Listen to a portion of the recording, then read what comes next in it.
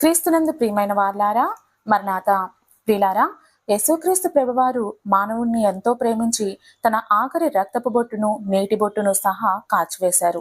సమస్త మానవాళిని ఇంతగా ప్రేమించిన దేవుడు మన నుండి బదులుగా మన బంగారం, వెండి, ధనాన్ని కోరట్లేదు, కానీ మన ప్రేమను, మన హృదయాన్నే కోరుకుంటున్నారు. ఇది కూడా కేవలం మన లాభానికే. ఎలా అంటారా? ఆయనను ప్రేమించు వారు బలముతో ఉదయించు సూర్యుని వలె ఉందురు. న్యాయాధిపతులు 5వ అధ్యాయం 31వ వచనం. అవును, నేనేమీ దేవుణ్ణి ప్రేమించకుండా లేనే.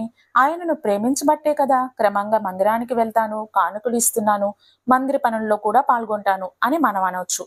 అయితే అందుకు ప్రభు ఏమంటున్నారంటే, నీ క్రియలను, నీ కష్టమును, నీ సహనమును నేను ఎరుగుదును. నీవు సహనము కలిగి నా నామం నిమిత్తము భారం భరించి అలియలేదనియూ నేను ఎరుగుదును. అయినను మొదట నీకుండిన ప్రేమను నీవు వదిలితువని నేను నీ మీద తప్పు ఒకటి మోపవలసి ఉన్నది. ప్రకటన 2వ అధ్యాయం 2-4 వచనాలు. అందుకు మనం, నేను ప్రేమను కోల్పోయానా? ఎప్పుడు? ఎలా ప్రభువా అని మనం అడగొచ్చు. అందుకు ప్రభువు, ఎవడైనను నేను దేవుని ప్రేమించుచున్నానని చెప్పి తన సహోదరుని ద్వేషించిన ఎడల అతడు అబద్ధికుడగును. తాను చూచిన తన సహోదరుని ప్రేమింపనివాడు తాను చూడని దేవుణ్ణి ప్రేమించలేడు.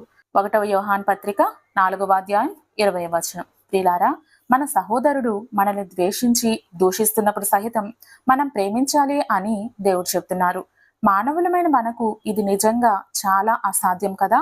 చెప్పినంత సులభం కాదు కదా ఇది చేయడం.